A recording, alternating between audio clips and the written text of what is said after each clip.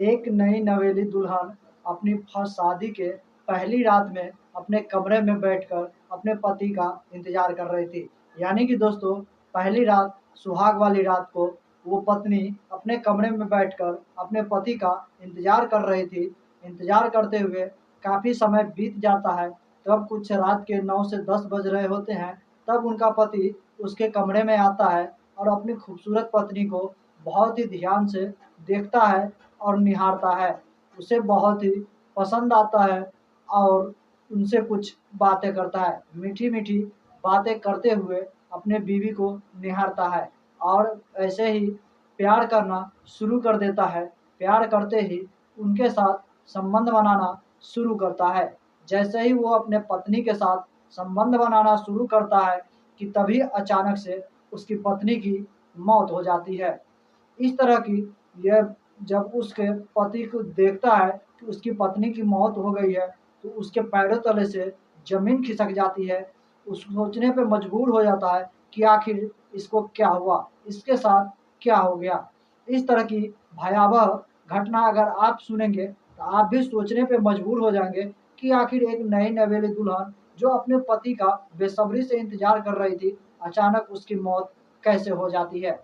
नमस्कार दोस्तों, मैं सुशील पंडित आज आपको एक सच्ची घटना पे आधारित ऐसा ही कहानी सुनाने जा रहा हूँ। अगर दोस्तों आप हमारे चैनल पे पहली बार आए होंगे तो वीडियो को एक लाइक कर दीजिएगा और चैनल को भी सब्सक्राइब कर लीजिएगा।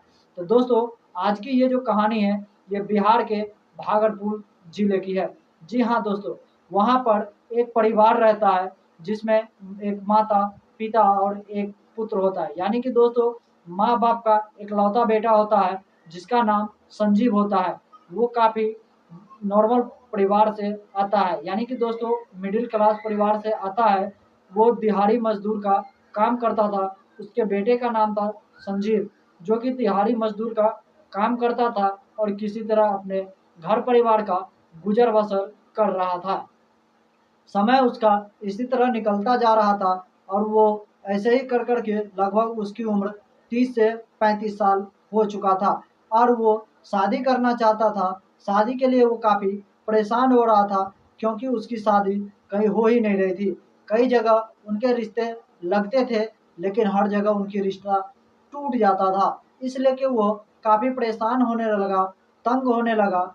फिर आखिरकार कई और जगह रिश्ते टूटने के कई कारण थे, जैसे कि वो मज़दूरी करता था, देखने में काफ़ी खूबसूरत नहीं था, साँवला-सा था, जिसकी वजह से लोग उनसे अपने बेटी का शादी नहीं करना चाहता था और ना ही उसके पास कोई नौकरी थी। यानी कि वो मज़दूरी का काम करता था, जिसकी वजह से उनका रिश्ता बार-बार टूट जाता है।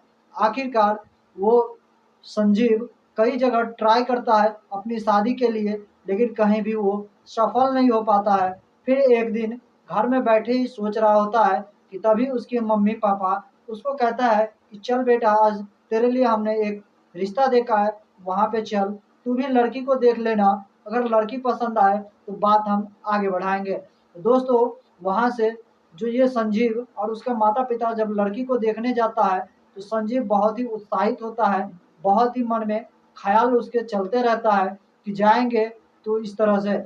वहाँ पे जैसे ही जाता है, उस लड़की को देखने के लिए, उस लड़की की माता-पिता भी एक नॉर्मल परिवार से होती है, जिसको दान-दहेज देने के लिए पैसे भी नहीं होता है। वहाँ पे उस लड़की को बुलाया जाता है, लड़की का नाम होता है दोस्तों सोनी। उस लड़की को बुलाता है, लड़की को दिखाया जाता है। संजीव उस लड़की को जैसे ही देखता है, उसे पसंद कर लेता है और बहुत ही अल भावनाओं के साथ बह जाता है और उसे पसंद आ जाता है, तो वो तुरंत ही भावनाओं के साथ बहते ही उसकी लड़की के माता-पिता से कहता है, "मैं इस शादी के लिए तैयार हूँ। मुझे कोई दान-दहेज नहीं चाहिए। मुझे बस ये लड़की चाहिए, मैं इनसे शादी करने को तैयार हूँ।" जैसे ही इतना कहता है, तो उस लड़की का माता-पिता बहुत ही खुश हो जाता है और खुशी से झूम उठता है कि वह सोचती है कि इतना जो है सुंदर लड़का और ना ही कोई दान दहेज के लिए बिना हमारी पुत्री का शादी हो जाएगा,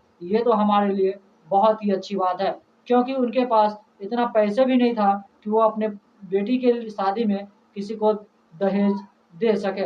इतना कहने के बाद वो संजीव उसके माता-पिता से कहता है कि यहाँ ना ही मैं कोई बाराती लाऊँगा, ना ही कोई नाच प्रोग्राम होगा, मैं नॉर्मल सा शादी करूँगा। आप अपनी पुत्री को लेकर मंदिर में आ जाइएगा, हम वहीं पे शादी करेंगे और वहीं से अपनी पत्नी को आप विदा कर दीजिएगा अपनी पुत्री को, मैं अपनी पत्नी को लेकर अपना घर आ जाऊँगा।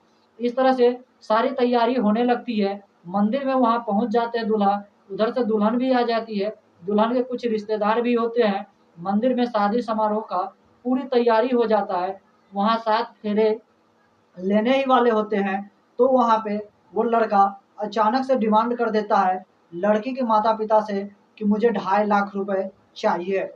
जैसे ही ये कहता है कि मुझे 2.5 लाख रुपए चाहिए, तो लड़की का माता-पिता अवाक रह जाता है, अचानक से सोचने लगता है। तब वो उसकी माता-पिता कहता है कि बेटा, तुमने तो बोला था कि हमें कोई दान-दहेज नहीं चाहिए, इसके वजह से मैंने पैसे का कोई भी अरेंजमेंट नहीं किया है और ना ही मेरे पास इतने पैसे हैं कि मैं तुम्हें दे सकूँगा। इतना जैसे ही कहता है, तो वो लड़का कहता है, वो मैं कुछ नहीं जानता, मुझे कम से कम 2.5 लाख रुपए चाहिए, क्योंकि जब मैं आपकी बेटी से शादी करूँगा, तो मुझे अपना कोई बिज़नेस करना है, जिसके लिए मुझे ये पैसे चाहिए। इतना जैसे ही कहता है, तो वहाँ के लोग जो बड़े-बुजुर्ग होते हैं, वो उस लड़के को बताता है, समझाता है, कहता है आप शादी कर लो, बाकी जो है पैसे तो मिलेंगे नहीं।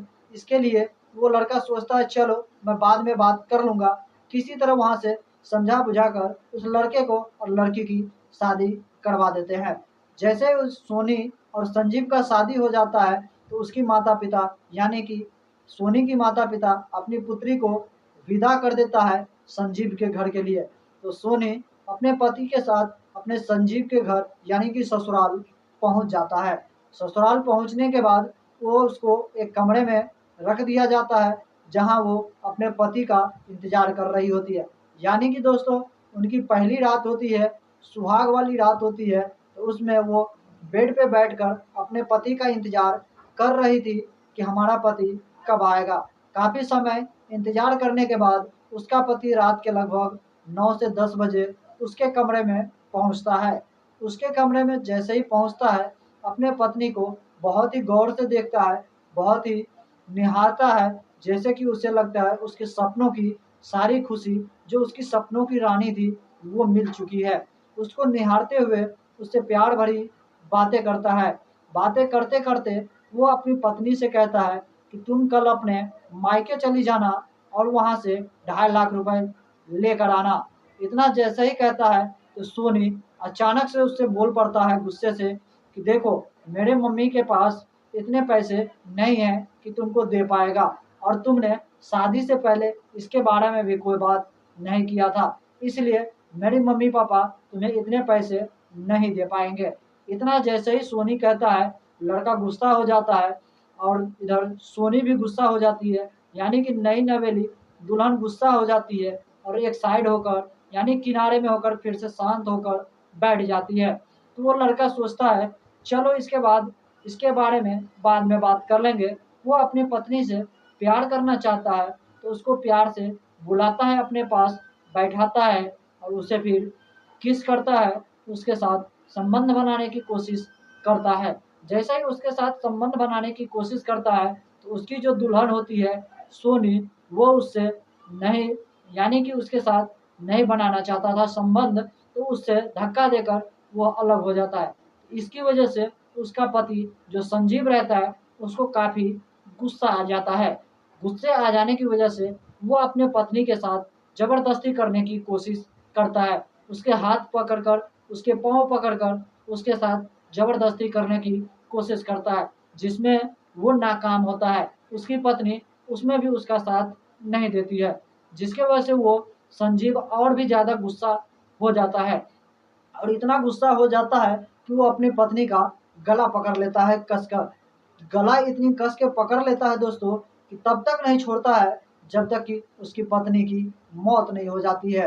तो दोस्तों जैसे ही ये संबंध बनाने के लिए अपने पत्नी से बोला था, पत्नी ने थोड़ा-सा नफ़रत वाले भाव में देखा और उससे हटने की कोशिश किया। उसका पति उसके साथ ज़बरदस्ती करने लगा, जिसकी वजह से न ज़बरदस्ती करने में भी वो सफल नहीं रहा, तो अपनी पत्नी का जो गला पकड़ा था, इसकी वजह से उसकी पत्नी की वहीं पे मौत हो जाती है। यानी कि मौके पर ही सुहाग वाली रात में उनकी मौत हो जाती है।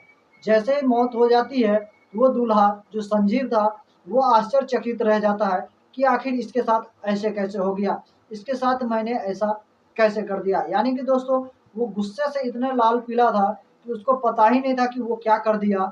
और जब वो अपने कमरे से बाहर निकलता है, तो अपनी मम्मी पापा को, अपने परिवार वाले फैमिली को सारी जानकारी देता है कि उसके साथ उस रात में क्या क्या हुआ। सारी जानकारी देने के बाद जो उसकी मम्मी पापा होता है, वो फैसला लेता है कि कहीं ना कहीं बेटा तूने गलत किया है। यानी कि दोस्तों, वो मम्मी पापा जो इनका एकलौता वारिस यानी इकलौता पुत्र था, जो कि बूढ़े बूढ़ी का सहारा बनने वाला था, उसके लिए जो उसकी दुल्हन यानी पतोह आई थी, उसकी मौत पे वो उसकी माता पिता जो निर्णय लेता है, वो काफ़ी काबिले तारीफ होता है। इस कहानी सुनने के बाद अगर ये इसके बारे में जो भी निर्णय आपको अच्छा लगे, तो आप हमारे कमेंट सेक्शन में कमेंट जरूर कीजिएगा।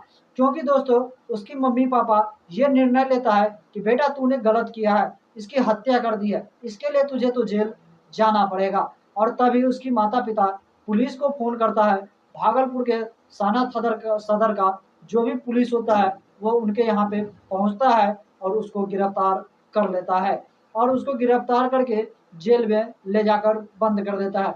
और इधर इसकी माता पिता लड़की के माता पिता को सूचना देता है मौत हो गई है, जो किसी कारणवश इस तरह की हत्या हो गई है। इतना जैसे ही लड़की की माता पिता सुनता है, उसका रो रो कर बुरा हाल हो जाता है। तो दोस्तों, इस तरह की घटनाएं हमारे समाज में आए दिन होते रहती है।